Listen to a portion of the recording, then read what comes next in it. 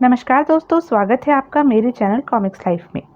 शुरू करते हैं राज कॉमिक्स की एक और मज़ेदार कॉमिक्स, प्रलयकारी मोती। प्रलयकारी मोती, लेखक तरुण कुमार वाही, चित्रांकन दिलीप कदम, जयप्रकाश जगताप, संपादन मनीष चंद्र गुप्त। जंगल में बेतहाशा दौड़ी चली आ रही थी वह लड़की। बचाओ बचाओ। ओम। मुनिवर, आंखें खोलिए मुनिवर, मेरी रक्षा कीजिए। उठो पुत्री और मुझे बताओ कि तुम किससे इतनी भयभीत हो। मुनिवर, डाकुओं का एक पूरा दल मेरी तलाश में है। उनका सरदार मुझसे विवाह करना चाहता है, लेकिन मैं। मुनिवर, क्या ईश्वर ने नारी को इतना असहाय बनाया है कि वह स्वयं जालिमों से अपनी रक्षा तक न कर सके? तुम घबराओ नहीं पुत्री, यहाँ तुम्हारा कोई बाल भी बांका न कर सकेगा। इसका मतलब आज आप मेरी रक्षा कर लेंगे, मुझे उन डाकुओं के हाथों लुटने से बचा लेंगे। लेकिन कल फिर जब भी डाकू मुझे अपवित्र करने की चेष्टा करेंगे, तब भी क्या कोई मेरी मदद कर सकेगा? शायद नहीं ना। ओह, आज और अब हमेशा अपनी रक्षा तुम स्वयं कर सकोगी पुत्री। कैसे मुनिवर, कैसे? मुनि ने आंखें बंद की, न जाने क्या बुदबुदाया कि सांप ने हथेली पर एक काला मोती उगल दिया। मोती उगलकर सांप चला गया। मुनि ने नेत्र खोले। क्यों पुत्री, कुछ देखा तुमने? लेकिन मैं कुछ समझी नहीं मुनिवर। वह सांप विषधर था, जिसके मुंह से विष की भयानक फुंकारें छूटती थी। अब मैंने उसकी वह ताकत तुम्हारे लिए इस मोती के रूप में उससे मांग ली है। मेरे लिए? यह मोती निकल जाओ पुत्री। जब तक यह मोती तुम्हारी नाभि में सुरक्षित रहेगा, तुम अपनी रक्षा उस सर्प की ही तरह विष भरी फुंकार से स्वयं कर सकोगी। ओह, क्या सच मुनिवर? लड़की मोती निकल गई। देखो, विष के प्रभाव से तुम्हारा शरीर नीला पड़ गया है।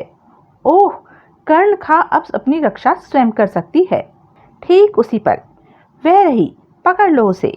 घबराओ नहीं, अब तुम अपनी रक्षा स्वयं कर सकने में सक्षम हो। जाओ, मुकाबला करो इन दुष्टों का। ओह, मैं इन्हें नहीं छोड़ूंगी मुनिवर। हा हा हा, अब तो बचकर कहाँ जाएगी छोकरी। सरदार तुझे देखकर बहुत खुश होगा। आह कमीने, मत छू मुझे। क्रोध से भरी कर्णनखा सांप की तरह फुफकार उठी। आई, आह, हाय, मरा। ओह। पलक झपकते कई डाकुओं की लाशें पिच गई। यह देख भयानक अट्टहास कर उठी वह। हा हा हा, आओ दुष्टो, एक एक की लाश बिछा दूंगी। उफ, यह तो पूरी नागिन बन गई है। भागो। हा हा हा, नीच दुष्टो, भागते कहाँ हो? ठहरो, आओ, मुझे अपने सरदार के पास ले चलो। हा हा हा। कर्णनखा ने दूर तक उनका पीछा किया। भाग गए कायर। हा हा हा। कर्णनखा, अब तू कोई मामूली स्त्री नहीं है, भयानक नागिन बन गई है तू। तेरी एक फुफकार हरे भरे उद्यान को पतझड़ में बदल सकती है। हा हा हा। और फिर एक दिन। ठहरो, क्या बात है? कौन हो तुम लड़की, और अकेली इस वीराने में क्या कर रही हो? तुम्हारा इंतजार? क्या मतलब? यह सारा सामान छोड़कर भाग जाओ यहाँ से, नहीं तो सबको मार डालूंगी। क्या बकती हो छोकरी? पकड़ लो इसे। हा हा हा। मेरी आंखें, आह। अरे, यह तो जादूगरनी भी है, इससे निपटना होगा। मूर्ख, अगर मरना नहीं चाहता तो भाग जा, आखिरी मौका देती हूँ तुझे। अगर तू जीवित रही तो फिर किसी के लिए संकट बनेगी। मैं तुझे जीवित नहीं छोड़ सकता। व्यापारी ने वार किया। ले, बच। ओह। कर्णनखा ने जहर भरी फुंकार छोड़ी। आह। कर्णनखा ने व्यापारी की गर्दन पर दांत कड़ा दिए। ले, मर। आई, उफ, दुष्टा। हा हा हा, सब मर गए। अब यह सब कुछ मेरा है, सिर्फ मेरा। और उस दिन एकाएक विराट नगर में हंगामा मच गया। राजा जयचंद जिंदाबाद, राजकुमारी रजनीगंधा अमर रहें। उसी समय, वाह, ऐसे सुंदर व मूल्यवान आभूषण तो मेरे शरीर पर सजने चाहिए। रथ रोको।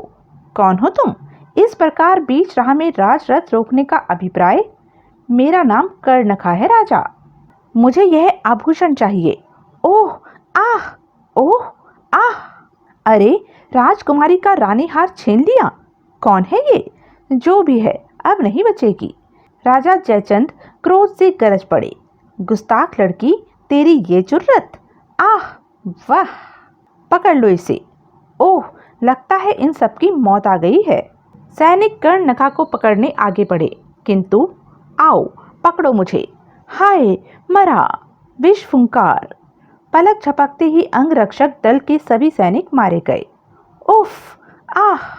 यह देख राजा जयचंद तलवार खींचकर रथ से नीचे उतर आए। अरे दुष्टा, इतने निर्दोष लोगों का रक्त बहाकर तू बच नहीं सकती। पिताश्री। राजा जयचंद ने वार करना चाहा, किंतु उससे पहले ही कर्णनखा ने जहरीली फुंकार छोड़ दी। तू भी मर राजा, तेरे बाद इस राज्य की बागडोर अब मैं क्यों न संभालूं। उफ, पिताश्री।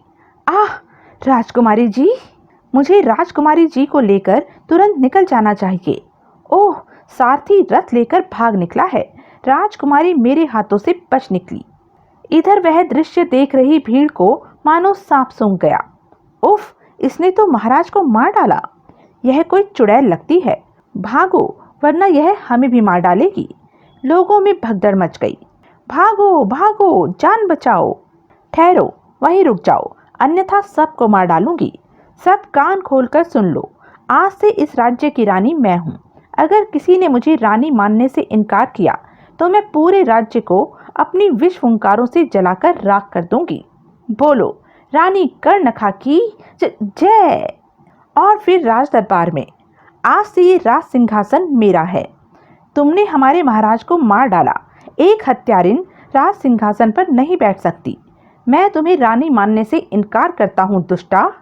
लगता है इस पुरोहित को अपनी जिंदगी से मोह नहीं रहा। महल में कत्ले आम मचाने के बाद तूने इस सिंहासन पर कब्जा किया है। हत्यारिन, पकड़ लो इसे और अंगारे खिलाकर मार डालो। ईश्वर तुझे कभी क्षमा नहीं करेगा। तेरा काल सिर पर मंडरा रहा है। ओह, अगर हमने कर्णनखा का कहा न माना तो ये हमें भी मार डालेगी। पुरोहित को अंगारे खाने पर मजबूर किया जाने लगा। अंगारे इसके मुंह में रख दो। हा हा हा। आह। पुरोहित, अभी भी मैं तेरी जान बख्श दूंगी। अगर आह, हरगिज नहीं, मैं तेरे आगे कभी सिर नहीं झुकाऊंगा। ये गर्म सलाखें इसके जिस्म के आर पार कर दो।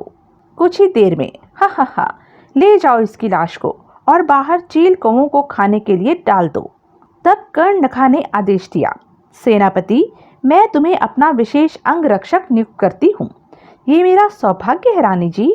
वाह, यही समय अनुकूल है।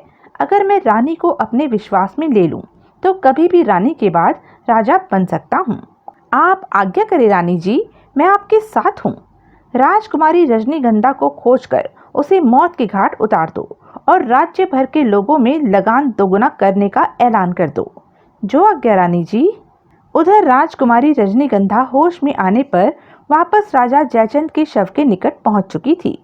आह पिताश्री, यह सब क्या हो गया। मैं आपके शव पर कसम खाती हूँ पिताश्री, मैं उस हत्यारिन को जीवित न छोड़ूंगी। तभी, पकड़ लो, वह रही राजकुमारी रजनीगंधा। सैनिक आ गए हैं, अब खिसकने में ही भलाई है। नहीं, अब तुम यहाँ से बचकर नहीं जाओगे नमक हराम सैनिकों। सैनिक घोड़ों से उतरकर रजनीगंधा को पकड़ने के लिए जैसे ही आगे बढ़े कि आओ दुष्टों। दूसरे ही पल रणचंडी सी बनी राजकुमारी रजनीगंधा उन सैनिकों पर टूट पड़ी। आह, बचकर निकल भागने में ही भलाई है। तत्पश्चात घोड़े पर राजा जयचंद के शव को उठाकर राजकुमारी रजनीगंधा भी आगे बढ़ गई। मैं लौटूंगी नगरवासियों, मैं लौटूंगी। फिर जंगल में जाकर उसने शव का अंतिम संस्कार किया। उधर महल में, क्या राजकुमारी हाथ में आकर निकल गई। रानी जी, उसने 4 सैनिकों को मार डाला।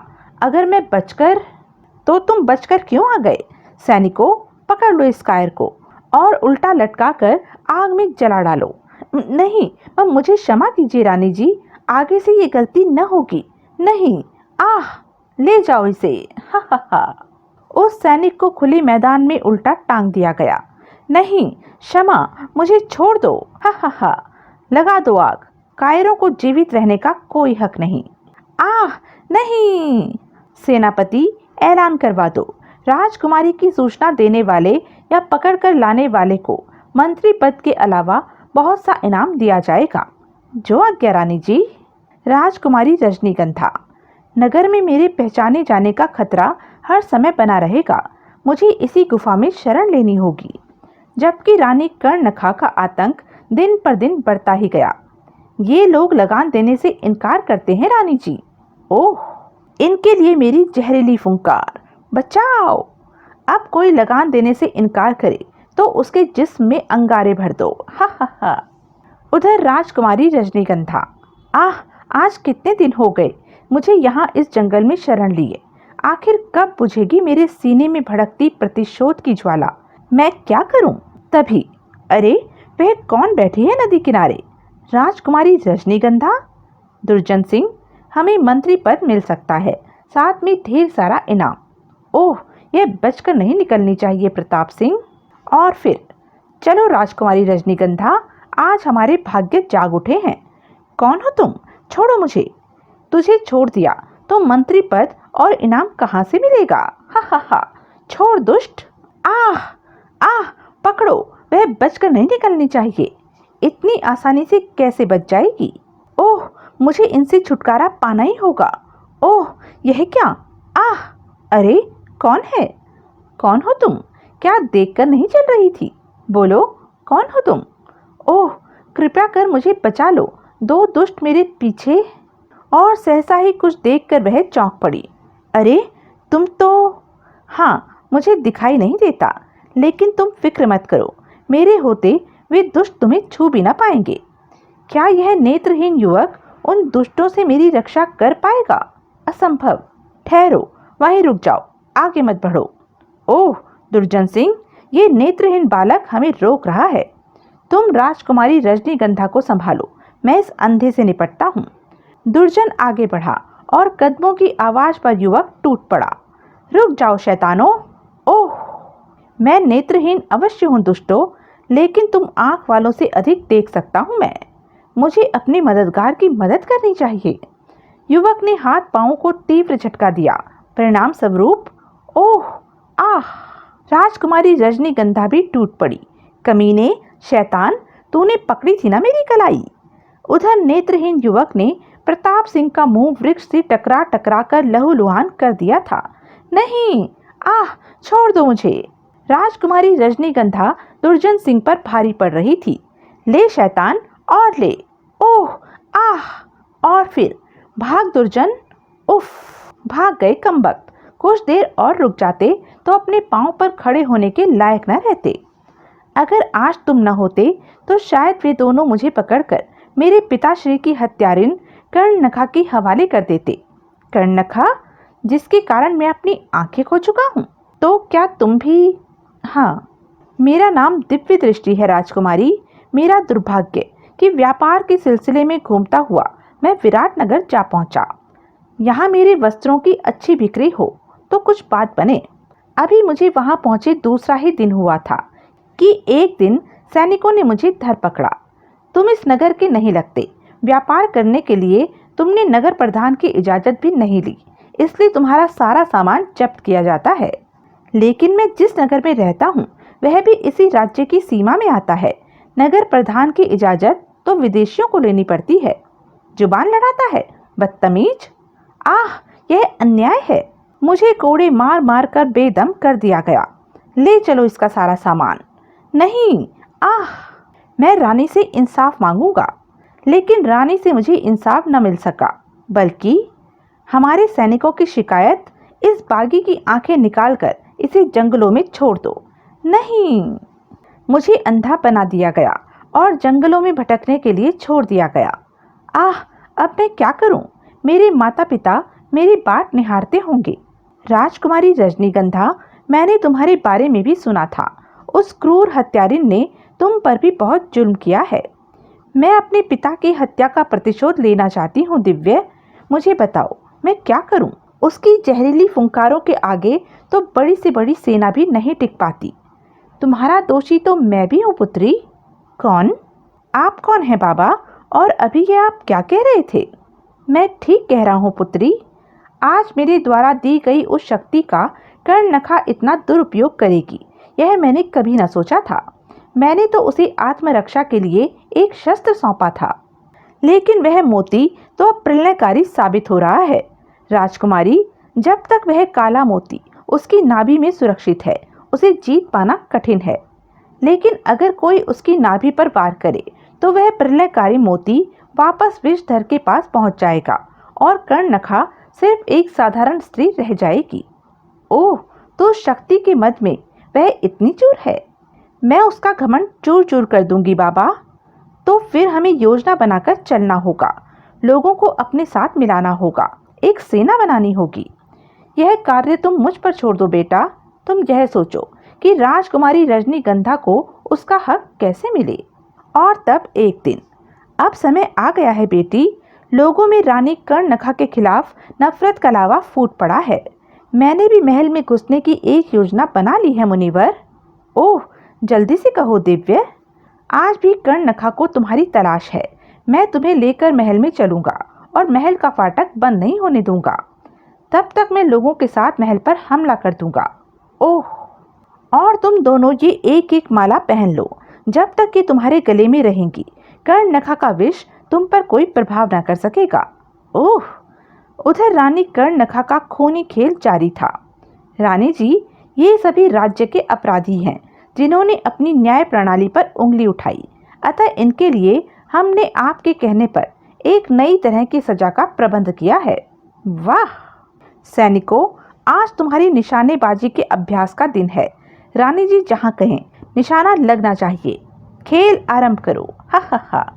तीसरे व्यक्ति की आंख पर निशाना लगाओ। जो आज्ञा रानी जी। नहीं। आह, वाह वाह। पहले की गर्दन पर निशाना लगाओ सैनिक। उसी समय महल के द्वार पर। मुझे तुरंत रानी जी से मिलना है। क्यों? और यह तुम्हारे कंधे पर कौन बेहोश है? राजकुमारी रजनीगंधा। राजकुमारी रजनीगंधा? ओह, तुम भीतर जा सकते हो।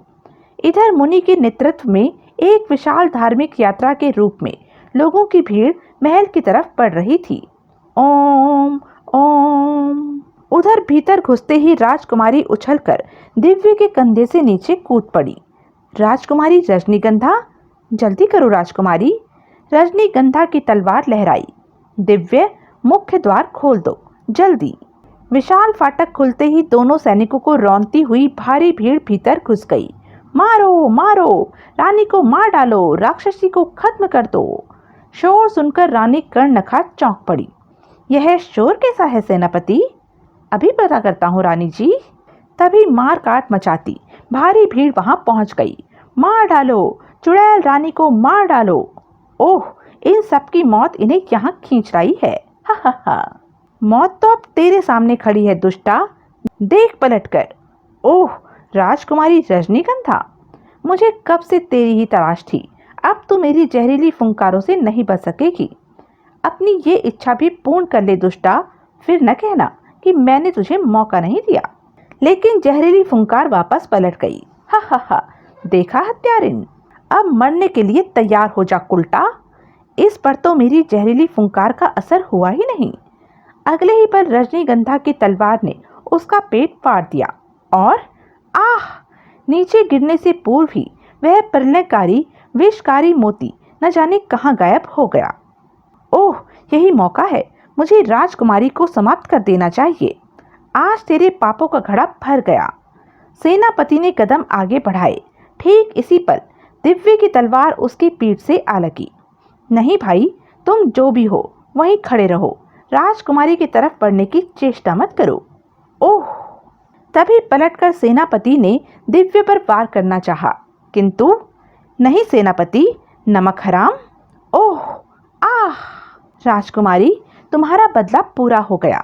हाँ दिव्य, उस राक्षसी की लाश मेरे सामने पड़ी है, जो अपनी रक्षार्थ मिली शक्ति के मद में चूर होकर शायद खुद को भगवान समझने लगी थी। तभी बधाई हो राजकुमारी, महल पर तुम्हारा कब्जा हो गया है। राजकुमारी रजनीगंधा जिंदाबाद। आज मुझे भी अपनी भूल का एहसास हो रहा है कि बिना सोचे विचारे मुझे एक चमत्कारिक शक्ति कर्णनखा को नहीं सौंप देनी चाहिए थी। राजकुमारी रजनीगंधा, जो चला गया उसे तो मैं नहीं लौटा सकता, लेकिन मुझे खुशी है कि तुम्हें तुम्हारा हक मिल गया। अब मुझे प्रायश्चित के लिए बहुत दूर जाना है। अंतिम विदा राजकुमारी, अंतिम विदा दिव्य। और उसके बाद राज्य में फिर से अमन चैन छा गया। तो यह थी राज कॉमिक्स की एक मज़ेदार कॉमिक्स। ऐसी ही मज़ेदार कॉमिक्स के लिए बने रहें मेरे साथ। और हाँ, मेरे चैनल को लाइक, शेयर और सब्सक्राइब करना ना भूलें। धन्यवाद।